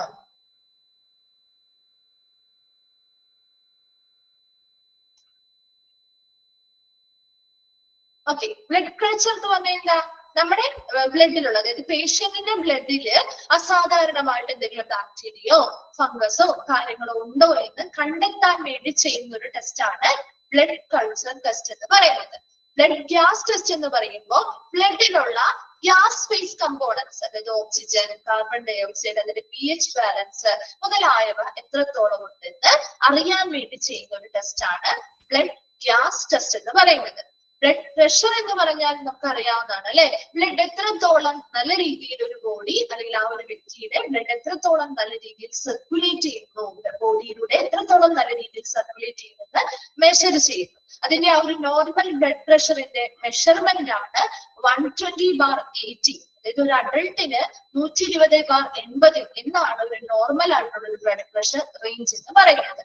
അടുത്തത് ബ്ലഡ് സ്വാബ് എന്ന് പറഞ്ഞാല് ഒരു കോട്ടൺ ടിപ്ഡ് ആയിട്ടുള്ള സ്റ്റിക്ക് ഉപയോഗിച്ച് ബ്ലഡ് സാമ്പിൾ കളക്ട് ചെയ്യുന്നതിനെയാണ് ബ്ലഡ് സ്വാബ് എന്ന് പറയുന്നത്. കോട്ടൺ ടിപ്ഡ് ആയിട്ടുള്ള സ്റ്റിക്ക് ഉപയോഗിച്ച് ബ്ലഡ് സാമ്പിൾ കളക്ട് ചെയ്യും. ദെൻ ബോവൽ ഡിസ്ഇൻഫെക്ഷൻ എന്ന് പറഞ്ഞാല് മാനുവൽ ആയിട്ട്, അതായത് പേഷ്യൻസിന്റെ റെക്ടം അല്ലെങ്കിൽ മലദ്വാരത്തിൽ നിന്നും അവരുടെ ഹാർഡൻ ആയിട്ടുള്ള ഫിക്കൽ മാറ്റർ, വളരെ ഹാർഡ് ആയിട്ടുള്ള അവരുടെ മലം എന്ത് ചെയ്യുന്നു, മാനുവൽ ആയിട്ട് ഗ്ലൗസ് ഉപയോഗിച്ച് നമ്മുടെ കൈകൾ ഉപയോഗിച്ച് തന്നെ അവരെ റിമൂവ് ചെയ്യുന്നത്, മാനുവൽ ആയിട്ട് റിമൂവ് ചെയ്യുന്ന ഒരു പ്രൊസീജിയറിനെയാണ് ബോവൽ ഡിസ്ഇൻഫെക്ഷൻ എന്ന് പറയുന്നത്. സെൻട്രൽ ലൈൻ എന്ന് പറഞ്ഞാല് നമ്മുടെ ഒരു ബോഡിയിലുള്ള ഒരു ലാർജ് വെയിനിൽ, വലിയൊരു വെയിനില് കത്തീറ്റർ പ്ലേസ് ചെയ്യുന്നതിനെയാണ് സെൻട്രൽ ലൈൻ എന്ന് പറയുന്നത്. അങ്ങനെ വലിയൊരു വെയിലോട്ട് ലാർജ് വെയിലിൽ ഇങ്ങനെ കത്തീറ്റർ പ്ലേസ് ചെയ്യുമ്പോൾ നമുക്ക് പല IV ഫ്ലൂയിഡ്സും ഒറ്റയ്ക്കായി നമുക്ക് കൊടുക്കാൻ പറ്റും പേഷ്യന്റിന്. അതുപോലെ തന്നെ ബ്ലഡ് ആവശ്യമാണെങ്കിൽ ടെസ്റ്റുകൾക്കോ കാര്യങ്ങൾക്കോ അതിൽ നിന്ന് വലിച്ചെടുക്കാൻ സാധിക്കും. സിക്സ് സെക്ഷൻ എന്ന് പറഞ്ഞാൽ സിസേറിയൻ സെക്ഷന്റെ ഷോർട്ട് ഫോം ആയിട്ട് നമ്മൾ പറയുന്നതാണ്. അതായത് surgical delivery of the baby through the abdominal part, അല്ലെ, നമ്മുടെ വയറിലെ ഭിത്തിയിൽ സർജറി അല്ലെങ്കിൽ ഒരു ഓപ്പണിംഗ് ഉണ്ടാക്കി അതിലൂടെ കുഞ്ഞുകുട്ടിയെ പുറത്തെടുക്കുന്ന ഒരു പ്രൊസീജിയറാണ് സി സെക്ഷൻ. പൾസ് ഓക്സ് എന്ന് പറഞ്ഞാൽ pulse oximetry, measure of oxygen saturation, നമ്മുടെ ബ്ലഡിലുള്ള ഓക്സിജൻ സാച്ചുറേഷൻ എത്രത്തോളം ഉണ്ട് എന്ന് മെഷർ ചെയ്യുന്ന ഒരു പ്രൊസീജിയർ. ഇന്റുബേഷൻ എന്ന് പറഞ്ഞാല് insertion of an endotracheal tube into assist patient breathing, പേഷ്യൻസിന്റെ ബ്രീത്തിങ് നോർമൽ ആക്കാൻ അല്ലെങ്കിൽ എയർവേ ക്ലിയർ ആക്കി അവരുടെ ബ്രീതിങ് കുറച്ചും കൂടി നല്ല രീതിയിൽ സുഗമമാക്കുന്നതിന് വേണ്ടിയിട്ട് അവരുടെ എൻഡോട്രക്കിയൽ ട്യൂബ് ഇൻസേർട്ട് ചെയ്യുന്ന ഒരു പ്രൊസീജിയറിനെ വിളിക്കുന്ന പേരാണ് ഇന്റുബേഷൻ. എൻഡോട്രക്കിയൽ ട്യൂബ് പ്ലേസ് ചെയ്യുന്ന ഒരു പ്രൊസീജിയർ, ഇൻസേർഷൻ നടത്തുന്ന ഒരു പ്രൊസീജിയറിനെ വിളിക്കുന്ന പേരാണ് ഇന്റുബേഷൻ. ലാപ്രോട്ടോമി എന്ന് പറഞ്ഞാൽ surgery involving an incision in the abdominal wall, നമ്മുടെ വയറിലെ ഭിത്തിയില് മുറിവുണ്ടാക്കി ചെയ്യുന്ന ഏതൊരു പ്രൊസീജിയർ അല്ലെങ്കിൽ ഏതൊരു സർജറിയെയും നമുക്ക് ലാപ്രോട്ടോമിയിൽ ഉൾപ്പെടുത്താം. ലംബാർ പങ്ക്ചർ എന്ന് പറഞ്ഞാല് സെറിബ്രോസ്പൈനൽ ഫ്ലൂയിഡ് നമ്മുടെ ലംബാർ റീജിയൻ അല്ലെങ്കിൽ അരക്കെട്ടിന്റെ ആ ഒരു ഭാഗത്ത് നിന്നും സെറിബ്രോസ്പൈനൽ ഫ്ലൂയിഡ് ഒരു നീഡിൽ ഉപയോഗിച്ച് ഹോളോ നീഡിൽ ഉപയോഗിച്ച് വലിച്ചെടുക്കുന്ന ഒരു പ്രൊസീജിയർ അല്ലെങ്കിൽ കളക്ട് ചെയ്യുന്ന ഒരു പ്രൊസീജിയറാണ് ലംബാർ പങ്ക്ചർ. അതിനെ വിളിക്കുന്ന മറ്റൊരു പേരാണ് സ്പൈനൽ ടാപ്പ്. സ്റ്റെർണോട്ടോമി എന്ന് പറഞ്ഞാൽ ബ്രസ്റ്റ് ബോണിൽ ഉണ്ടാവുന്ന ഓപ്പണിങ്ങിനെ, സർജിക്കൽ ഓപ്പണിങ്ങിനെയാണ് സ്റ്റെർണോട്ടോമി. തൊറാക്കോട്ടോമി എന്ന് പറഞ്ഞാൽ നമ്മുടെ ചെസ്റ്റ് ക്യാവിറ്റിയിൽ അല്ലെങ്കിൽ തൊറാസിക് ക്യാവിറ്റിയിൽ ഉണ്ടാവുന്ന സർജറികളെയാണ് തൊറാക്കോട്ടോമി എന്ന് പറയുന്നത്. ടോക്സ്ക്രീൻ ടെസ്റ്റ് അല്ലെങ്കിൽ ടോക്സ്ക്രീൻ എന്ന് പറഞ്ഞാൽ ടോക്സിക്കോളജിയുടെ അനാലിസിസ് ആണ്. അതായത് ബ്ലഡുമായി ബന്ധപ്പെട്ട് ഒരു വ്യക്തി ഓവർഡോസ് ആയിട്ടുള്ള മരുന്നുകളോ ഡ്രഗോ അവന്റെ ബോഡിയിൽ ചെന്നിട്ടുണ്ടെന്ന് ഒരു സംശയം തോന്നുകയാണെങ്കിൽ അത് ഏത് ഡ്രഗാണെന്ന് കണ്ടുപിടിക്കണം, എത്രത്തോളം ഓവർഡോസ് അവരുടെ ബോഡിയിൽ എത്തിയിട്ടുണ്ടെന്നൊക്കെ കണ്ടുപിടിക്കാൻ വേണ്ടി ചെയ്യുന്ന ഒരു ടെസ്റ്റാണ് ടോക്സ്ക്രീൻ ടെസ്റ്റ് എന്ന് പറയുന്നത്. അൾട്രാസൗണ്ട് എന്ന് പറഞ്ഞാല് നമ്മുടെ ഡയഗ്നോസ്റ്റിക് ഇമേജിംഗ് ടെക്നിക്കാണ്. അവിടെ ഹൈ ഫ്രീക്വൻസി സൗണ്ട് വേവ്സ് ഉപയോഗിച്ചാണ് അത് ചെയ്യുന്നത്. വെനിപങ്ക്ചർ എന്ന് പറഞ്ഞാല് നമ്മുടെ വെയിനിൽ നിന്നും ബ്ലഡ് വലിച്ചെടുക്കുന്ന ആ ഒരു പ്രൊസീജിയറിനെയാണ് വെനിപങ്ക്ചർ എന്ന് പറയുന്നത്. ക്ലിയർ ആണോ? ഓക്കെ. ഇനി ലാസ്റ്റ് ഭാഗത്ത് നമ്മൾ മറ്റതൊക്കെ ഇമ്പോർട്ടന്റ് ആയിട്ടുള്ളത് പറഞ്ഞിരുന്നു. കൂടുതലും എബ്രീവിയേഷൻസിൽ ചോദിച്ച് കണ്ടിരിക്കുന്നത് അലോഗ് ചോദിച്ചു കണ്ടിട്ടുണ്ട് കേട്ടോ. അക്യൂട്ട് ലോസ് ഓഫ് കോൺഷ്യസ്നെസ് ചോദിച്ചു കണ്ടിട്ടുണ്ട്. അതുപോലെ അസറ്റൈൽ സാലിസിലിക് ആസിഡിന്റെ എക്സ്പാൻഡ് ഫോം ചോദിച്ചു കണ്ടിട്ടുണ്ട്. അല്ലെങ്കിൽ അതിന്റെ മറ്റൊരു പേര് കോമൺ ആയിട്ട് വിളിക്കുന്ന പേരുകൾ ചോദിച്ചു കണ്ടിട്ടുണ്ട്. അതുപോലെ ബോഡി മാസ് ഇൻഡെക്സ് ഇടയ്ക്ക് ചോദിച്ചു കാണാറുണ്ട്. ചില സമയങ്ങളിൽ അത് പ്രീവിയസ്ലി എപ്പോഴും റിപ്പീറ്റ് ചെയ്ത് വരാറില്ല. BP ഒക്കെ ഓൾറെഡി അറിയാവുന്നതുകൊണ്ട് അങ്ങനെ അധികം ക്വസ്റ്റ്യൻ ചോദിക്കാറില്ല കേട്ടോ. അതുപോലെ പിന്നെ വരാവുന്നത് CHF ചോദിച്ചു കണ്ടിട്ടുണ്ട്. CPRന്റെ മറ്റൊരു പേര് അതാണ് കൂടുതലും കണ്ടിരിക്കുന്നത്. CPRന്റെ മറ്റൊരു പേര് മൗത്ത് ടു മൗത്ത് റെസിസ്റ്റേഷൻ. ഇത് പറഞ്ഞു തന്നാലും ഇത് തന്നെ പഠിക്കണം എന്നല്ല കേട്ടോ, ഇതെല്ലാം പഠിച്ചു വെക്കണം എന്നാണ് ഉദ്ദേശിക്കുന്നത് കേട്ടോ. അതുപോലെ DNR ഡു നോട്ട് റെസിസിറ്റേറ്റ് ചോദിച്ചിട്ടുണ്ട്. DOA ഡെഡ് ഓൺ അറൈവൽ ചോദിച്ചിട്ടുണ്ട് കേട്ടോ. ദെൻ ECG, EEG, EMS ഇതൊക്കെ നിങ്ങൾക്ക് അറിയാവുന്നതായതുകൊണ്ട് ഇതൊന്ന് വായിച്ചു വെച്ചാൽ കിട്ടും. അടുത്തത് പിന്നെ ചോദിച്ചു കണ്ടിരിക്കുന്നത് LFT ചോദിച്ചു കണ്ടിട്ടുണ്ട്. അതുപോലെ MRI ഓൾറെഡി അറിയാലോ. ദെൻ NICU അറിയാം. NSAID നോക്കാം. അതുപോലെ തന്നെ OT ഒക്യുപേഷണൽ തെറാപ്പി സൈക്കിളിന് ഓൾറെഡി അറിയാവുന്നതല്ലേ. RX ചോദിച്ചു കണ്ടിട്ടുണ്ട് കേട്ടോ. RX-ഉം UBARI അല്ലെങ്കിൽ യൂറിനാലിസിസും ചോദിച്ചു കണ്ടിട്ടുണ്ട് കേട്ടോ. ഇത്രയുമാണ് കോമൺലി ക്വസ്റ്റ്യൻ പേപ്പേഴ്സിൽ കണ്ടിരിക്കുന്നത്. അപ്പൊ നമുക്ക് ഓരോ ക്വസ്റ്റ്യൻസ് പേപ്പേഴ്സ് വരുമ്പോഴും വ്യത്യസ്തമായിരിക്കും അല്ലോ. അപ്പൊ അതിനനുസരിച്ച് വേറെ വേറെ പല ക്വസ്റ്റ്യൻസും ചിലപ്പോൾ ആഡ് ചെയ്യാം. അവര് ഈ പ്രീവിയസ്ലി ചോദിക്കുന്നത് തന്നെ വെക്കണമെന്നില്ല. അതുകൊണ്ട് തന്നെ അതിനനുസരിച്ച് എല്ലാം പഠിച്ചു വെക്കണം കേട്ടോ. അത് ഈ ഒരു ചാപ്റ്റർ പ്രത്യേകിച്ച് നിങ്ങൾ കുറച്ചൊന്ന് ശ്രദ്ധിച്ച് പഠിക്കേണ്ടതാണ്. ഓക്കെ ആണോ? ക്ലിയർ അല്ലേ? ഓക്കെ. അപ്പൊ നമ്മുടെ നെക്സ്റ്റ് ഒരു ചാപ്റ്റർ ജസ്റ്റ് ഒന്ന് സ്റ്റാർട്ട് ചെയ്ത് വെക്കാണ് കേട്ടോ.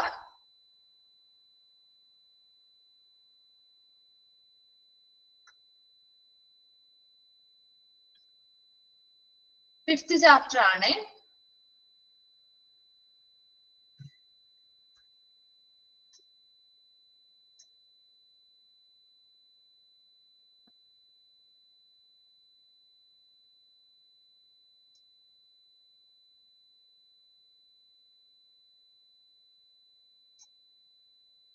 ഫിഫ്ത് ചാപ്റ്റർ ആണ് കേട്ടോ.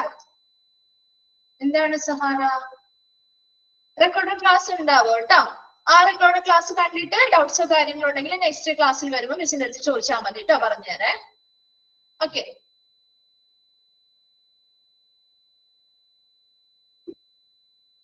ഹോസ്പിറ്റൽ എത്തിക്സ് ആൻഡ് ലോ ആണ് കേട്ടോ. Fifth chapter hospital ethics and law. Okay. Seventh മോഡ്യൂളിൽ എങ്ങനെയാണ് ടീച്ചേഴ്സിനൊക്കെ ക്ലിയർ ആയോ? സെവൻത് മോഡ്യൂൾ, സിക്സ്ത് മോഡ്യൂൾ എല്ലാം കഴിഞ്ഞായിരുന്നോ? കംപ്ലീറ്റ് ആയോ?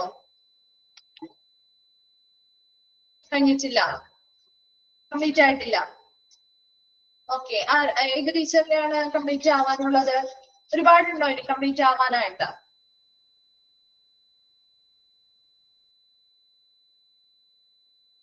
കുറച്ചേ ഉള്ളൂ.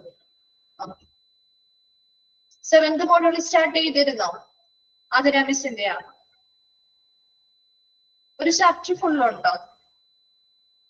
അങ്ങനെയാണോ? ഇനി ഒരു ചാപ്റ്റർ ഫുള്ളും സിക്സ്ത് മോഡ്യൂളിൽ എടുക്കാനുണ്ട് എന്നാണോ പറഞ്ഞത്? ഫിഫ്ത് ചാപ്റ്റർ ആണോ? ഫിഫ്ത് ചാപ്റ്റർ സ്റ്റാർട്ട് ചെയ്തിട്ടേ ഇല്ല? ഇല്ല. ഓക്കെ. അപ്പൊ എടുത്തോണ്ടിരിക്കുന്ന ചാപ്റ്റർ കംപ്ലീറ്റ് ആയിരുന്നോ? അതിൽ കണ്ടിന്യൂ ചെയ്യാനുണ്ട്, കംപ്ലീറ്റ് ചെയ്യാനുണ്ട്. ഓക്കെ. ഓക്കെ. മാമിന് കുറച്ച് ഒരു ഹെൽത്ത് ഇഷ്യൂസ് ആയത് കാരണം കുറച്ച് ദിവസം ലീവ് ആയിരുന്നു. അതുകൊണ്ടാണ് കയറാനിരുന്നത്. ഇനി മുതലുള്ള ദിവസങ്ങളിൽ അഡ്ജസ്റ്റ് ചെയ്ത് പീരീഡിനനുസരിച്ച് കയറുമായിരിക്കും കേട്ടോ. അപ്പൊ അത് കംപ്ലീറ്റ് ആക്കുമായിരിക്കും. ഓക്കെ. ലാസ്റ്റ് ഭാഗങ്ങള് നമ്മുടെ പോർഷൻസ് തീരുന്നതിനനുസരിച്ച് ടീച്ചേഴ്സ് ഫ്രീ ആയിട്ടുള്ളത് തീരുന്നവരനുസരിച്ച് കയറി എടുത്തോളൂ കേട്ടോ. ഡിപ്ലോമയിലൊക്കെ ചെയ്ത പോലെ തന്നെ പോർഷൻസ് ആരുടെയാണോ നേരത്തെ കഴിയുന്നത് അവർ കയറി ബാക്കിയുള്ള പോർഷൻസ് കംപ്ലീറ്റ് ചെയ്തു തരും കേട്ടോ. ഓക്കെ. മിസ് നെക്സ്റ്റ് ചാപ്റ്റർ എടുക്കാൻ പോകുന്നത് ഹോസ്പിറ്റൽ എത്തിക്സ് ആൻഡ് ലോ. ഈ ഒരു ഇതുമായി ബന്ധപ്പെട്ട ഏതെങ്കിലും ചാപ്റ്റർ നിങ്ങൾ പഠിച്ചിട്ടുണ്ടോ? പഠിച്ചിട്ടുണ്ടോ ഡിപ്ലോമയില്? ഏത് ചാപ്റ്റർ പഠിച്ചേ? ഏത് ചാപ്റ്റർ പഠിച്ചിരിക്കുന്നേ? ചാപ്റ്ററിന്റെ പേരൊക്കെ മറന്നുപോയോ? ഡിപ്ലോമ ചെയ്തപ്പോ അവിടെ വെച്ചു. എത്തിക്കൽ ആൻഡ് ലീഗൽ ഇഷ്യൂസ് എന്ന് പറഞ്ഞ ചാപ്റ്റർ പഠിച്ചിട്ടുണ്ട് അല്ലെ? അപ്പൊ ആ ചാപ്റ്ററുമായി ബന്ധപ്പെട്ട് തന്നെയുള്ള ചാപ്റ്റർ ആണ് കേട്ടോ ഇത്. കുറച്ചും കൂടി അഡ്വാൻസ്ഡ് ആയിട്ട് അതേപോലെയുള്ള അതേ ലോസും കാര്യങ്ങളൊക്കെ നമ്മൾ ഇവിടെയും പഠിക്കുന്നുണ്ട്. കുറച്ച് എക്സ്ട്രാ ലോസും കാര്യങ്ങളും ആണ് ഇവിടെ പഠിക്കുന്നത് കേട്ടോ. ചെറിയ ചാപ്റ്റർ ആണ്, എളുപ്പത്തിൽ പഠിക്കാൻ പറ്റും. ഒരുപാട് ലെങ്തി ആയിട്ടൊന്നും കൊടുത്തിട്ടില്ല. എല്ലാ ലോസും വളരെ ഷോർട്ട് ആയിട്ട് തന്നെ കൊടുത്തിരിക്കുന്നത്. ആദ്യം നമ്മൾ കുറച്ച് കാര്യങ്ങൾ പറയുന്നുണ്ട്, ഒരു ഇൻട്രഡക്ഷൻ പോലെ. അതിനുശേഷം ഓരോരോ നിയമങ്ങളായിട്ട് നമ്മൾ എടുത്തെടുത്ത് പഠിക്കാൻ കേട്ടോ. ഹോസ്പിറ്റൽ എത്തിക്സ് ആണല്ലോ, അതിൽ ആദ്യമായിട്ട് നമ്മളൊരു ഇൻട്രൊഡക്ഷൻ പോലെയുള്ള ഭാഗമാണ്. അതായത് health law and ethics, HLE unit. അതൊന്ന് അണ്ടർലൈൻ ചെയ്തിട്ടേ. Health law and ethics unit, health law and ethics unit ചോദിക്കാറുണ്ട്. HLEയുടെ സ്പാനഡ് ഫോം ചോദിക്കാറുണ്ട് കേട്ടോ. Health law and ethics unit that support member states to develop, implement and evaluate legal and ethical framework.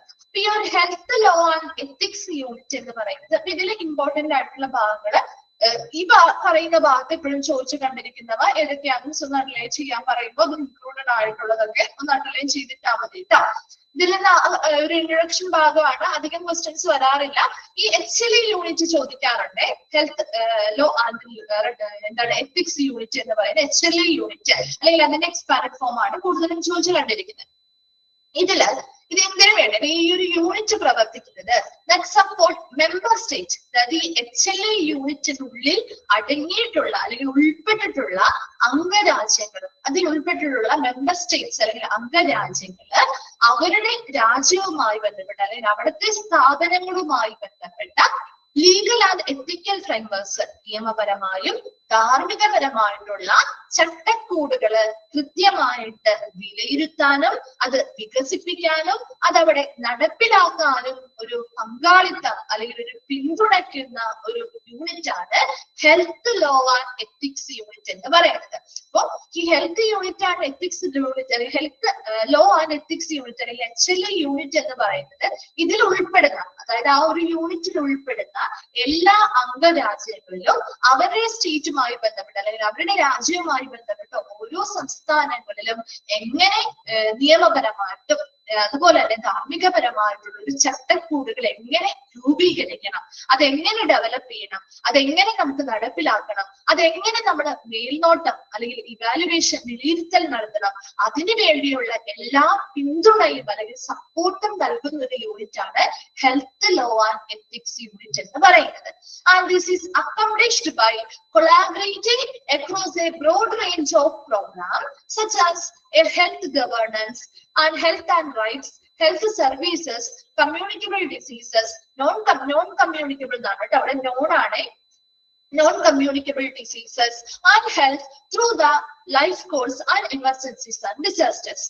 ഈ പറയുന്ന ഈ ഒരു support ചെയ്യുന്ന അല്ലെങ്കിൽ ഇതിലെ പിന്തുണയ്ക്കുന്നതുമായി ബന്ധപ്പെട്ട് അക്കംപ്ലിഷ്ഡ് ബൈ, ഇതെങ്ങനെ നമുക്ക് നടപ്പിലാക്കാൻ പറ്റും? By collaborating across a broad range of program, പല റേഞ്ച് ഓഫ് പ്രോഗ്രാംസിനെ ഉൾപ്പെടുത്തി, ആ പല റേഞ്ച് ഓഫ് പ്രോഗ്രാംസിനെ ഉൾപ്പെടുത്തി ഒരു സഹകരിച്ചുകൊണ്ട് ഒരു ഏകോപനത്തോടു കൂടി സച്ചാസ് ഹെൽത്ത് ഗവേണൻസ്, ഓരോ സ്ഥാപനവുമായി ബന്ധപ്പെട്ട ഹെൽത്ത് ഗവേണൻസ്, ആരോഗ്യ ഭരണം, അതായത് അവിടെ എന്തൊക്കെ റൂൾസ് പാലിക്കണം, എന്തൊക്കെ ലോസ് പാലിക്കണം, അതുപോലെ തന്നെ ഹെൽത്ത് ആൻഡ് റൈറ്റ്സ്, ആരോഗ്യം എങ്ങനെയായിരിക്കണം, അതുമായി ബന്ധപ്പെട്ട അവിടെ വരുന്ന പേഷ്യൻസിനാണെങ്കിലും ആ സ്ഥാപനവുമായി ബന്ധപ്പെട്ട അവരുടെ അവകാശങ്ങളുമായി ബന്ധപ്പെട്ട കാര്യങ്ങള്, അവർ കൊടുക്കുന്ന ആരോഗ്യ സേവനങ്ങളുമായി ബന്ധപ്പെട്ട കാര്യങ്ങള്, കമ്മ്യൂണിക്കബിൾ ഡിസീസ് അല്ലെ, സാംക്രമിക രോഗങ്ങള്, അതുപോലെ തന്നെ അസാംക്രമിക രോഗങ്ങള്, അതുപോലെ പകരാത്ത രോഗങ്ങൾ അല്ലെ, അതുപോലെ ഹെൽത്ത് ത്രൂ ലൈഫ് കോഴ്സ്, നമ്മുടെ ജീവിത ശൈലിയുമായി ബന്ധപ്പെട്ട ആരോഗ്യം, അതുപോലെ തന്നെ എന്തെങ്കിലും എമർജൻസി അത്യാഹിതങ്ങള്, അതുപോലെ ഡിസാസ്റ്റേഴ്സ്, എന്തെങ്കിലും ദുരന്തം